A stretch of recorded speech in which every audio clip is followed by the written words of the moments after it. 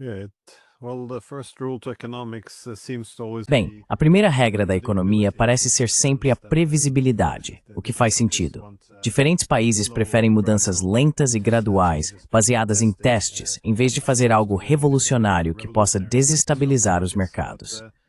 Mas sem uma moeda comum, é possível, ou talvez mais provável, ter uma cesta de moedas. Porque após a Segunda Guerra Mundial, surgiram algumas ideias, especialmente dos britânicos. Em vez de depender exclusivamente dos Estados Unidos como moeda de reserva, defendiam direitos especiais de saque baseados em uma cesta de moedas. O FMI avançou bastante nesse sentido. Mas há algum pensamento semelhante nos BRICS, ou eles estão seguindo um caminho diferente? Thinking in BRICS, or are they going down a different path? It's important to understand, Glenn, that the BRICS are not a revolutionary É force. importante entender, Glenn, que os BRICS não são uma força revolucionária. Nunca foram. Posso te dizer, pela minha experiência dentro do processo dos BRICS, que eles são muito cautelosos, sempre muito cuidadosos. E até mesmo a Rússia. A Rússia está na prática em guerra com a OTAN, e mesmo assim é muito cautelosa. Portanto, trata-se de uma força reformista. Aliás, quero deixar uma coisa clara. Ninguém do lado dos BRICS está pensando em uma moeda de reserva comum como o euro.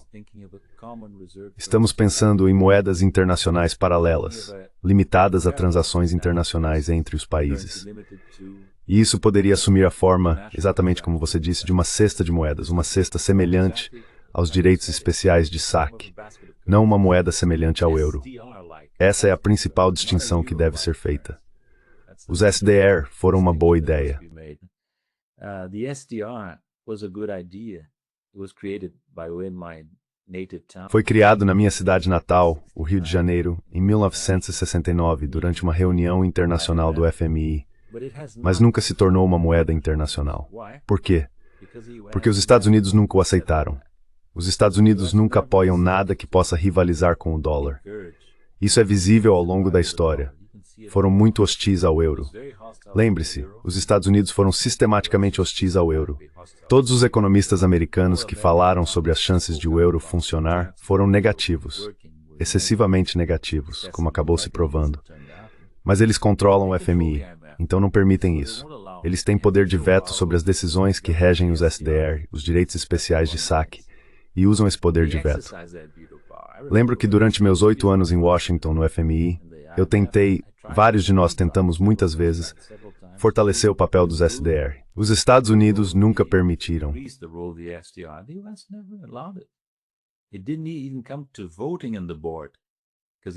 Nem chegou a ser votado no Conselho, porque o diretor dos Estados Unidos sempre sinalizava que seria vetado. Então qual é o propósito de levar isso à discussão? O representante dos Estados Unidos no Conselho é firmemente contra, então é difícil. Meus colegas indianos, eu sempre digo a eles, vejam, qual é a alternativa a uma moeda de reserva que poderíamos construir? É a China. É a moeda chinesa. Vocês querem isso? Eles não têm resposta para isso porque são hostis à China, mas ao mesmo tempo têm medo de provocar o desagrado dos Estados Unidos. Isso pode mudar, Glenn. Trump sempre nos ajuda um pouco, e ele apunhalou a Índia pelas costas com tarifas altas. Então, o relacionamento especial que a Índia achava que tinha com os Estados Unidos pode não existir de fato. E talvez eles percebam isso agora.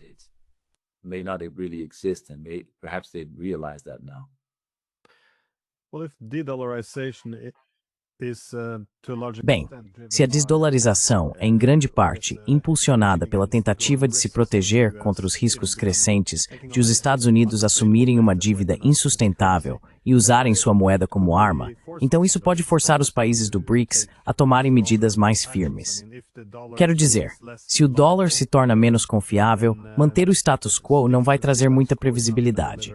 Vemos, por exemplo, com Trump, que ele adverte que quem tentar desdolarizar será sancionado. Há uma contradição embutida aí, porque é justamente a ameaça constante de sanções e coerção econômica que está incentivando os países a desdolarizar.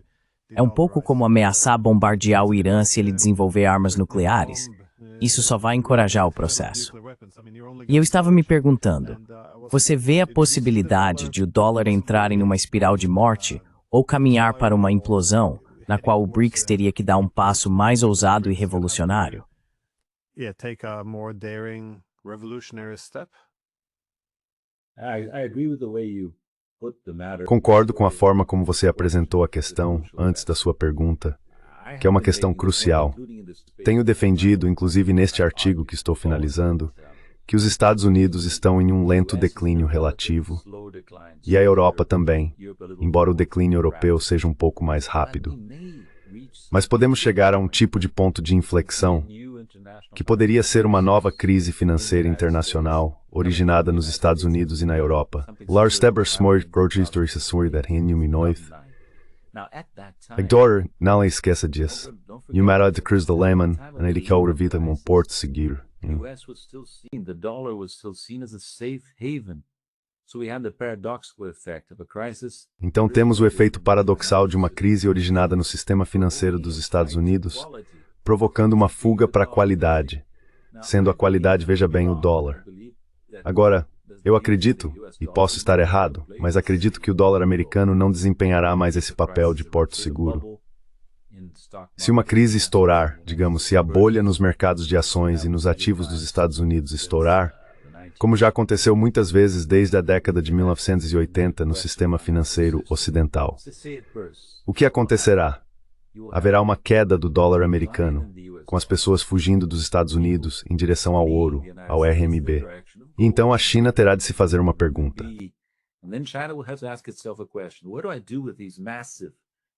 O que eu faço com esses enormes influxos de portfólio vindos de pessoas que estão fugindo do dólar para minha moeda? Se você permitir a entrada deles, haverá uma valorização da moeda e uma possível volatilidade do capital que pode sair rapidamente no futuro próximo. Exatamente o que vimos na América Latina. Não acho que os chineses aceitarão isso. Então, o ponto que venho levantando nos debates sobre esse assunto é: vejam, pessoal, podemos estar correndo o risco de um colapso, um grande colapso. Vamos colocar as ideias na mesa agora. Você sabe, Radhika Desai, nossa colega em Balde, a estudiosa indiana, em um debate promovido recentemente por Balde, disse isso de forma bem clara. Vejam, pode haver um colapso nos Estados Unidos e todos nós ao redor do mundo estaremos correndo atrás de alternativas. Então, por que não discutir as alternativas agora, entende?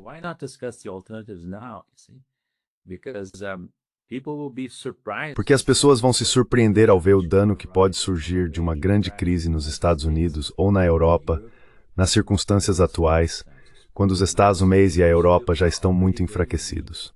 Muito enfraquecidos é um exagero, mas eles estão em declínio relativo. Então, acho que precisamos nos preparar para tempos difíceis. E eu sei que os BRICS são um tanto tímidos, ao contrário do que a percepção popular e a retórica agressiva de Donald Trump podem sugerir. Acho que Trump superestima os BRICS no sentido de que acredita que eles estão em uma conspiração para destronar o dólar. Na verdade, somos muito cautelosos. Cautelosos demais, na minha opinião. Precisamos ter coragem e perceber que, se olharmos para o mundo, não há outro lugar para onde correr, exceto os grandes países de mercados emergentes, que são, em sua maioria, países dos BRICS.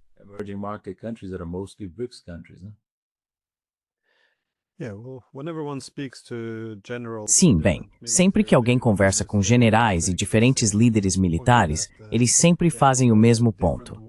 Eles têm planos de guerra para quase todos os cenários.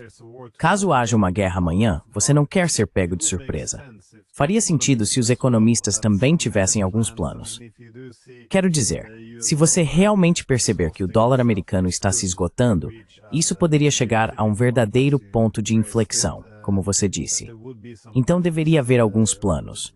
Não é preciso se comprometer com eles, mas pelo menos ter possíveis roteiros sobre para onde ir. Mas o que você acha, afinal, das ameaças de Trump de destruir o BRICS? Você disse que ele chamou o BRICS de uma conspiração.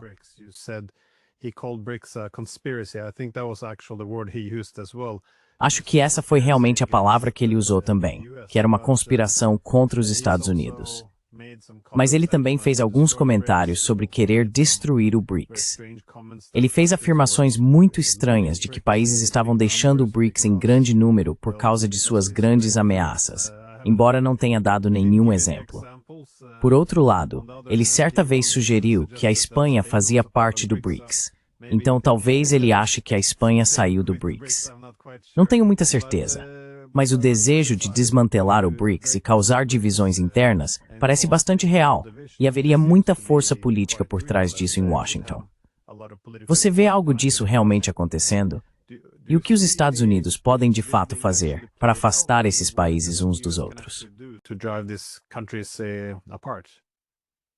Well, you know, the US under Trump is driving. Bem, sabe, os Estados Unidos sob Trump estão, na verdade, aproximando esses países, porque os Estados Unidos estão atacando seus aliados tradicionais, atacando a Europa, o Canadá, a Índia. E a Índia costumava ser o país mais ligado, ou talvez ainda mais ligado aos Estados Unidos. Então acho que há uma desconexão, Glenn, entre a retórica de Trump e seus objetivos declarados e as ações que ele realmente toma, que não estão alinhadas com esses objetivos. Veja, se os Estados Unidos fossem mais realistas quanto ao seu próprio poder atualmente, tentariam unir forças com seus aliados tradicionais contra a suposta ameaça dos BRICS, e especialmente da China e da Rússia.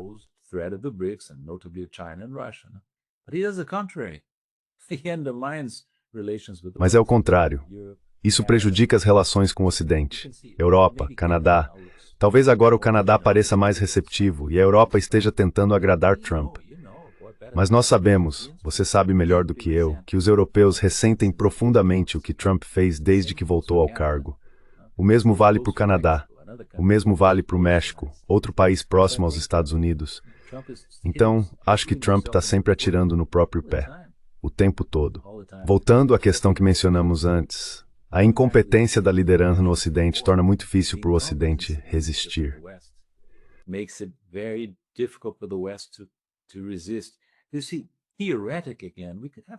Veja, teoricamente, novamente, poderíamos ter um cenário em que os Estados Unidos se organizem, a Europa também, e haja uma reversão do declínio. Isso já aconteceu antes na história recente. Lembre-se, nos anos 1970, os Estados Unidos estavam em declínio, e depois, nos anos 80, sob Volcker e Reagan, recuperaram sua posição relativa. Mas há 2 pontos. Primeiro, os Estados Unidos já não são o que eram, e segundo, a China não era uma rival naquela época. A China se tornou uma grande rival, e a Rússia ficou muito mais forte. Portanto, eles não podem repetir o mesmo truque. Em resumo, não acho que Donald Trump seja uma segunda vinda de Ronald Reagan.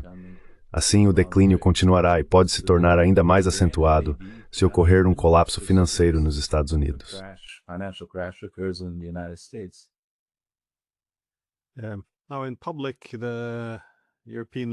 Agora, em público, os líderes europeus chamam Trump de papai e acham que ele é a melhor coisa desde o pão fatiado. Mas assim que voltam para a Europa, o detestam. Bem, isso não é segredo. Mas antes, você mencionou que um dos desafios dentro do BRICS era o poder desproporcional da China. De fato, pode-se sugerir que a instituição seria mais estável se houvesse um equilíbrio interno de poder melhor dentro do grupo. Claro, isso pode melhorar à medida que eles trazem países grandes como a Indonésia, mais gigantes dentro do mesmo bloco.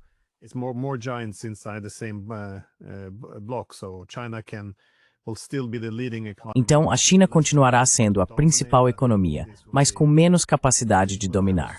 Acho que isso teria um efeito tranquilizador sobre os outros membros.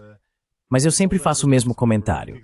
Todos os outros membros dos BRICS reconhecem que a China é o motor principal, que ela impulsiona o grupo simplesmente porque tem as capacidades para isso. Ainda assim, como todos querem que este seja um clube multipolar, e não outro FMI controlado pelos Estados Unidos ou pela China, eles não querem que os chineses sejam dominantes. Mas como você vê isso se desenrolando, por exemplo, nas discussões internas sobre o poder de voto dentro do novo Banco de Desenvolvimento dos BRICS? Esse é um ponto de atrito importante. Ou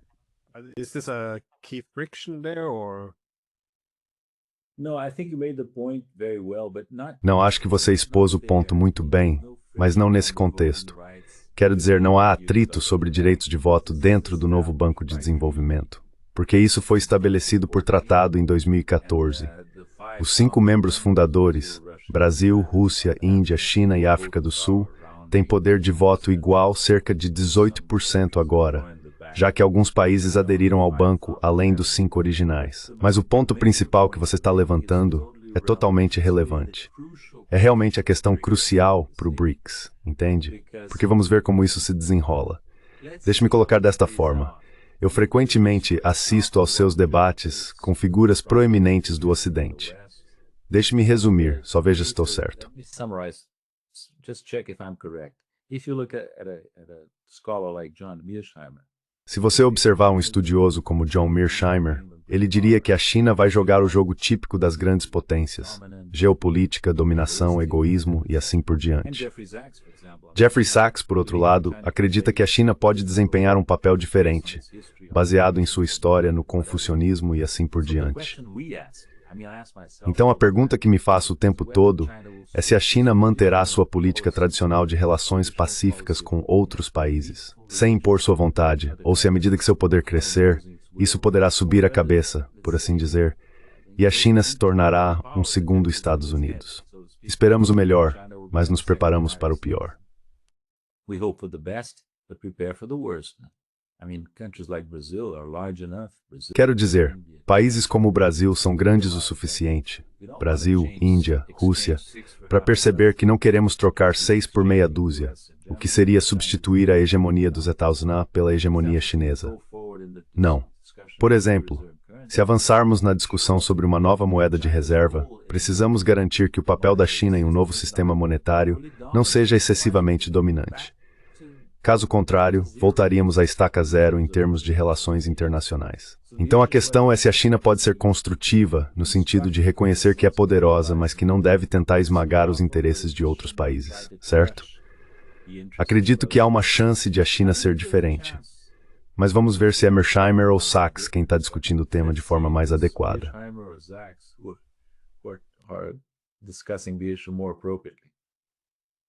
Yeah, no, I thought, I just got back from China yesterday. Acabei de voltar da China ontem, onde dei algumas palestras em universidades, principalmente sobre geoeconomia russa. Mas também destaquei que a forma como a China é acomodada depende em grande parte de ela se tornar uma hegemonia ou essencialmente a primeira entre iguais em um sistema multipolar. Países como a Índia querem a multipolaridade e sabem que precisam da China para isso.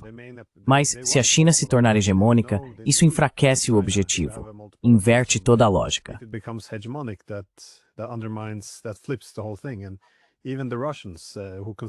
E até mesmo os russos, que consideram a China seu principal aliado, seu parceiro estatal mais importante.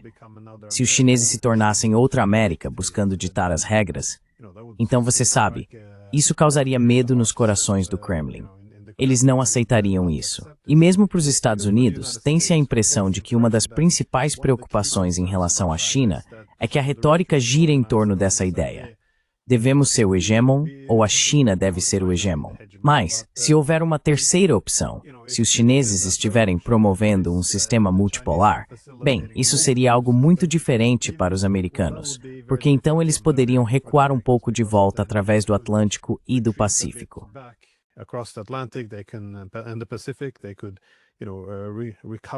Eles poderiam recuperar suas forças. Podem reconstruir sua economia. Quero dizer, o mundo inteiro se beneficiaria de um Estados Unidos um pouco mais estável economicamente, socialmente e politicamente. Então acho que o mundo todo veria com bons olhos uma China mais dedicada à multipolaridade, enquanto uma China hegemônica poderia até ter seus principais aliados se voltando contra ela. Portanto, é uma distinção muito importante a se fazer. Ser primeiro entre iguais ou ser dominante. Mas parece que, por enquanto, eles estão sem disputa em calem multipolar.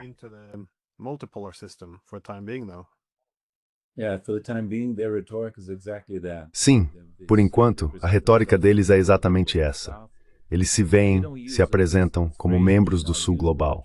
Acho que eles não usam a expressão que você acabou de usar, mas é uma boa forma de colocar a questão.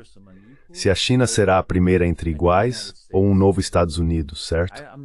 Não tenho certeza, olhando para essas duas opções que você mencionou, qual delas a China vai escolher. Mas acredito que os Estados Unidos não estão dispostos a aceitar um cenário geopolítico equilibrado. Ainda querem ser o número 1.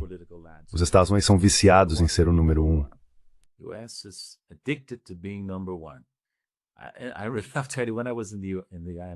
Tenho que te dizer, quando eu estava no FMI e também no processo do G20 como delegado brasileiro, uma coisa que me chamou a atenção, Glenn, é que não é fácil trabalhar com os americanos. mesmo quando você concorda com eles. Eles são tão arrogantes, tão cheios de si, que não permitem que a diplomacia funcione de verdade. Então é uma situação muito estranha. O país é completamente viciado em ser o hegemon mundial. E por que eles olham para a China com tanto desconforto? Porque a China é claramente a principal fonte de rivalidade que eles enfrentam no mundo. E a China é muito diferente dos rivais que eles tiveram antes. Pegue a URSS, era forte militarmente, mas fraca economicamente.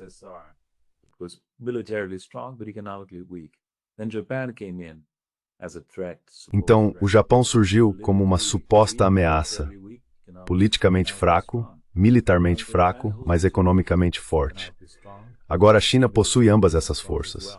É economicamente forte e também militarmente forte.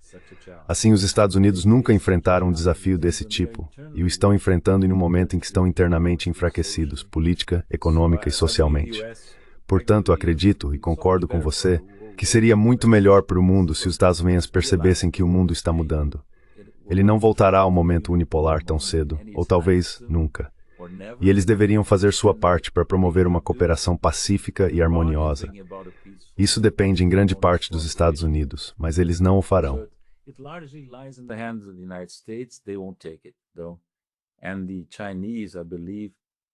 E os chineses, acredito, estão em um ponto em que olham para os dois lados, sabe? Quando eu morava na China, fiquei impressionado com um comentário feito pela porta-voz do Ministério das Relações Exteriores, uma mulher. A imprensa perguntou a ela, qual é a visão da China sobre liderança no mundo? E ela respondeu, não é liderança, é dever. Esse era o antigo modo da China. Manter um perfil relativamente discreto, focar em cooperação de ganho mútuo e no sul global. De fato, não apenas de forma retórica. Porque se ela se afastar disso e começar a agir como um novo Estados Unidos, então é claro, o mundo inteiro resistiria. A Rússia, como você disse, a Índia, o Brasil e outros países na vizinhança da China.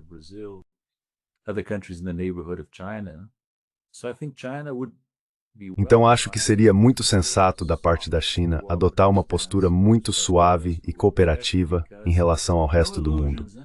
Especialmente porque, sem ilusões, os Estados Unidos não deixarão de atacar a China de diferentes maneiras.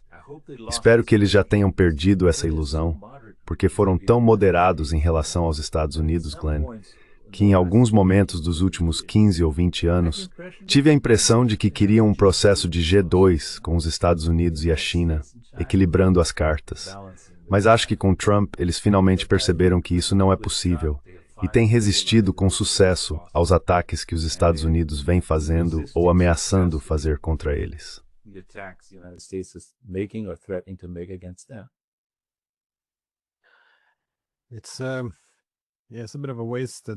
Foi uma oportunidade um pouco desperdiçada que eles tiveram ali ao atacar a China dessa maneira.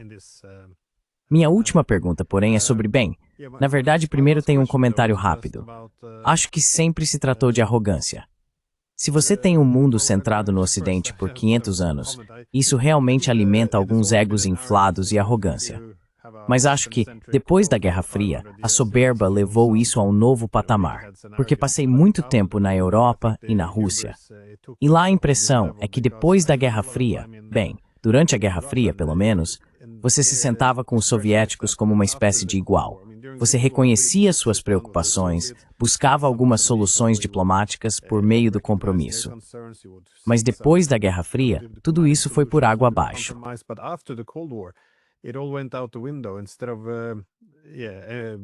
Em vez de empatia, compromisso e compreensão mútua, tudo foi substituído pela linguagem dos ultimatos e das ameaças. Portanto, não se trata de fazer as pazes com você ou de buscar um compromisso. Nós temos os valores superiores. Nós temos o poder. Diplomacia significa que você faz o que mandam, basicamente. Acho que esse é parte do nosso problema hoje. Tanto na Europa quanto nos Estados Unidos, o mundo unipolar acabou, mas a mentalidade unipolar ainda está lá. É por isso que você acaba em uma situação em que os holandeses podem apreender uma empresa chinesa e depois agir surpresos quando os chineses respondem. Isso deveria ser a coisa mais previsível do mundo, mas acho que esse é o principal problema.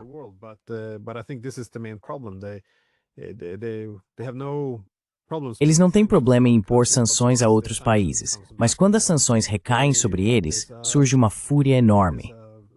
Parte-se do pressuposto de que as sanções econômicas são uma prerrogativa do Ocidente político, que nós temos legitimidade para fazê-lo, mas vocês não.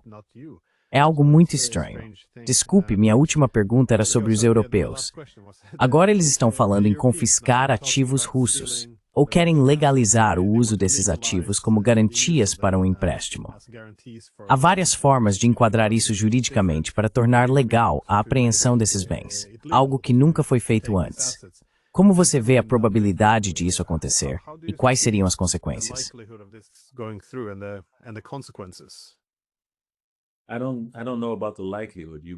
Eu não sei quanto à probabilidade.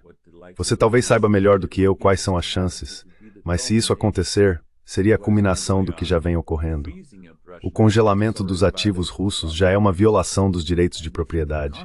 E se você os confiscar, legal ou ilegalmente, e usá-los para apoiar a Ucrânia, estaria levando isso a um novo patamar. Mais uma vez, o que o Ocidente está fazendo é minar sua própria filosofia, seus próprios princípios básicos, o Estado de Direito, a propriedade privada, o respeito aos direitos de propriedade. Está fazendo o oposto do que sempre pregou. Você sabe, em países latino-americanos que foram temporária ou permanentemente dominados por governos de esquerda, quando eles confiscaram ativos dos Estados Unidos, houve um clamor no Ocidente, nos Estados Unidos. Isso vai contra os direitos de propriedade. No, this goes against property rights. We don't accept this. Expropriation is unacceptable. Nós não aceitamos isso. A desapropriação é inaceitável. Agora o Ocidente faz isso com a maior cara de pau. Me corrija se eu estiver errado, mas acredito que os holandeses desapropriaram sem compensação, certo? Estamos tentando mudar a liderança, O que é isso? Loucura. Completamente loucura. Isso mostra a decadência da liderança ocidental, o fato de acharem que podem fazer algo assim. E além disso, fazem sem avaliar as consequências, sem pensar qual é o próximo passo. E se a China fizer isso? Então eu realmente acredito que estamos em um mundo perigoso agora, porque as ainda muito importantes potências da Europa e dos Estados Unidos não se comportam de maneira construtiva, para dizer o mínimo. E nós e o resto do mundo precisamos nos preparar para isso, porque vai ser turbulência o tempo todo. Temos que apertar os cintos, porque não será fácil para ninguém. Tighten our seatbelts, because it won't be easy for anyone. Ótimo. Muito obrigado por me deixar aproveitar um pouco da sua experiência. Sei que você tem uma agenda cheia pela frente, então muito obrigado. Obrigado, Glenn.